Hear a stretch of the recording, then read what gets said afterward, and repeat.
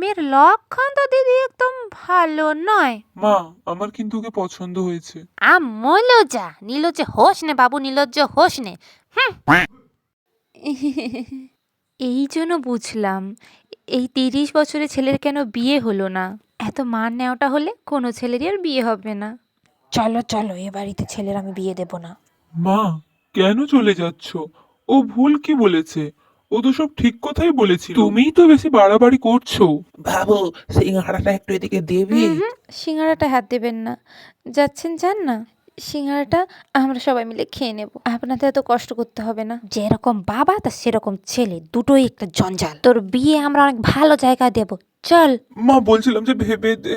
ওই বাবু তোরা ওই অকাল কুসমন্ড বাপটাকে নিয়ে আয়।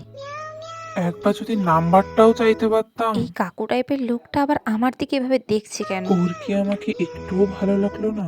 ক্ষমা করবেন।